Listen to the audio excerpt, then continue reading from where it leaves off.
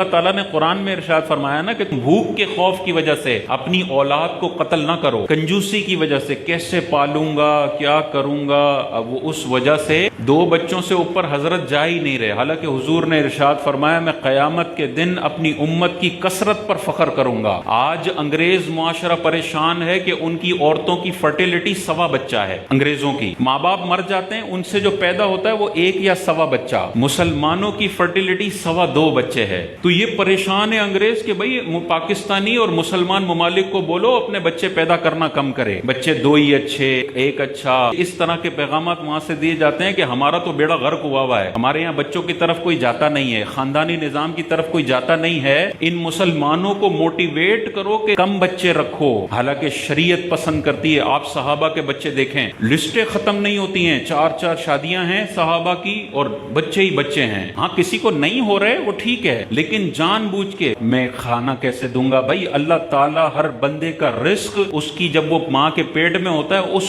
وقت اللہ تعالیٰ اس کی ساری زندگی کا رزق اس کے نامہ اعمال میں لکھ دیتا ہے۔ یہ اللہ تعالیٰ کی نعمتیں ہیں، ان کو اس طرح سے دھتکارنا نہیں چاہیے۔ کوئی میڈیکل وجہ ہے یا کوئی اور شرعی ریزن ہے اس کی وجہ سے بچوں کو روکا جاتا ہے وہ الگ بات ہے، لیکن صرف خوراک کی تنگی، میری تنخواہ 30,000 ہے تو میں 1 بچہ افورڈ کر سکتا ہوں، اب بیگم کی عمر نکلے جا رہی ہے 45 سال میں حضرت کو شوق ہوا 40 سال میں کہ اب دوسرا بچہ کرتے ہیں، اب وہ دوسرا بچہ بعض اوقات معذور ہوتا ہے، کیونکہ جیسے جیسے ایج نکلتی ہے عورت کی فرٹیلٹی اسی طرح ڈیمیج ہوتی رہتی ہے، ڈیمینشنگ چلتی ہے، نیچے کی طرف جاتی ہے۔ شروع میں ان کا دل نہیں کر رہا تھا، بعد میں اللہ کا ارادہ نہیں ہے کہ اب تم کو